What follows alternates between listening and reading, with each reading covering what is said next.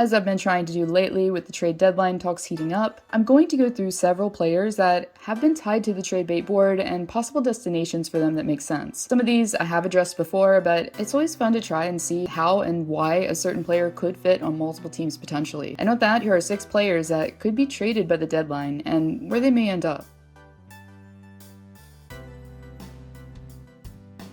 So if you're a hockey consumer on the daily, you'll know fair and well that Buffalo has been quite the topic of conversation for all the wrong reasons. And with that being said, they're logically going to be big-time sellers at the deadline, with several key players up for grabs. The first of the 2 failed experiments on this list is Taylor Hall, who hasn't had the season that he was probably hoping for with the Sabres. But in all honesty, no one on that team has. I mean, let's just be real here. Therefore, it definitely makes sense for GM Kevin Adams to make a move. With 16 points in 29 games played, Hall could find his mojo yet again if he were playing for a team that wanted to play hockey. One team that definitely could use help on their second line, on left wing in particular, is the Boston Bruins, as Jake DeBrusk hasn't been the answer so far this season, with only 7 points in 21 games played. DeBrusk, who has been in trade rumors himself, could be moving out of Beantown sooner rather than later. Therefore, for Don Sweeney, who has an aging core who could still get it done with all the right pieces in place, Hall would make perfect sense as a rental.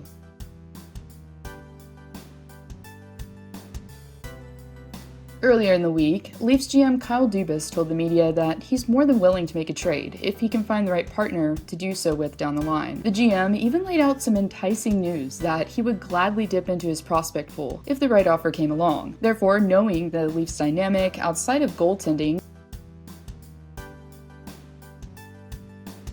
I have a lot of faith that Fred over time has continually shown us that he's able to find his way out of it and that he will.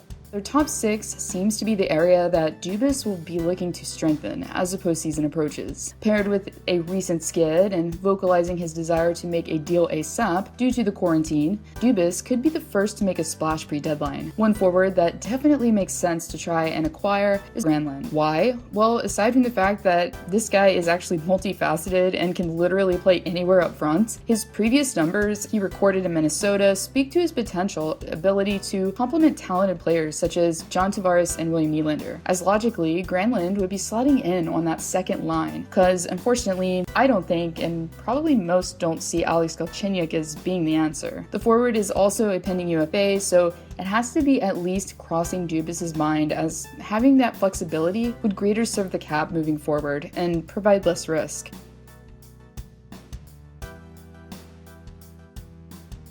It's not a huge secret that Columbus has been struggling this season, as their key acquisition, Patrick Laine, hasn't solely been enough to keep this team competitive. With Max Domi not working out as planned and constant Tortorella drama, things could get worse for the Jackets before they get better. As GM Jarmo Kekalainen is evaluating his roster, one potential piece that he could move is Nick Foligno. Despite having a no-trade clause in the final year of his deal that sports a $5.5 million AAV, the captain could try out his luck at Lord Stanley in hopes of capturing a championship if the opportunity presents itself. One team that definitely stands out besides Toronto is the New York Islanders. Why? Well, besides the fact that the team plays a similar system that relies on good defense and balanced lines, the Isles have recently put captain on long-term injury reserve. So not only would this enable Lou Lamoriello to take the plunge if he wanted to, but it would also fill Lee's position, as Foligno also plays left wing. Not saying that he'd be a fit on the top line of most teams, but considering the Islanders' style and how well he'd instantly mesh with Trotz hockey, it could give the team the extra boost it needs for another deep playoff run.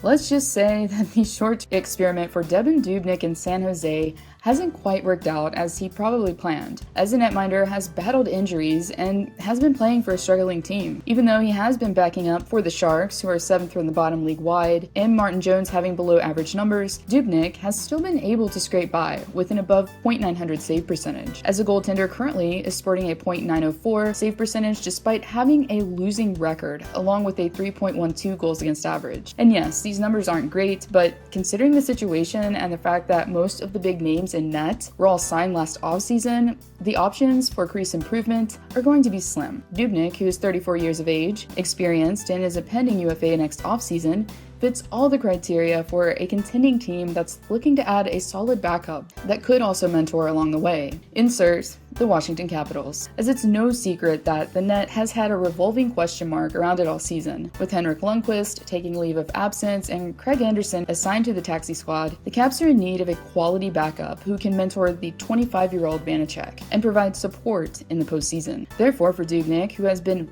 vocal about being willing to waive his 10-team no-trade clause for the right contending team, this scenario seems like an ideal fit. As many teams are going to be chomping at the bit for the veteran this deadline, such as Carolina and Edmonton, another one that makes perfect sense to me is the Pittsburgh Penguins. Why? Well, despite recent acquisitions such as Mark Jankowski, Colton Sevier, and Evan Rodriguez, Pittsburgh has still looked shaky when it comes down to their bottom six, more specifically on their third line, as the Crosby-Malkin lines were producing prior to the Malkin injury, and the checking line centered by Teddy Blueger has also come in clutch. Therefore, as the season winds down with injuries piling up for the Pens, could Ron Hextall make his first real move as a newly acquired GM and try and bring in some talent in hopes that the aging core can capitalize prior to the window closing? And for Staal, who is 36 years of age and nearing the end of his NHL career, the potential to try and contend for a championship with Sidney Crosby and Evgeny Malkin could be quite tempting. I know it was for Patrick Marleau last season. The forward, according to NHL insider Pierre LeBrun, is completely open to waiving his 10-team no-trade clause, unsurprisingly, for the right team. Staal, who is a pending UFA, could see Pittsburgh potentially as one of those feel-right teams.